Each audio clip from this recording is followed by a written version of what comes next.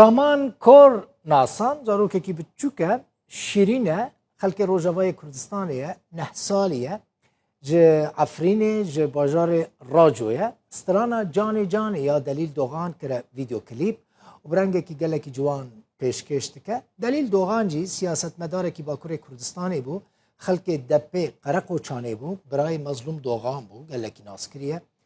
Di zindana Diyarbekirê de Mezlûm Doğan gelek li ber xwe da di 1980 diyan da dibin îşkence de şehîd ketibû.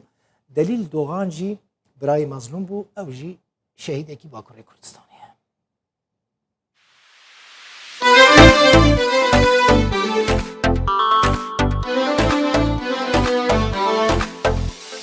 Canê, canê, canê.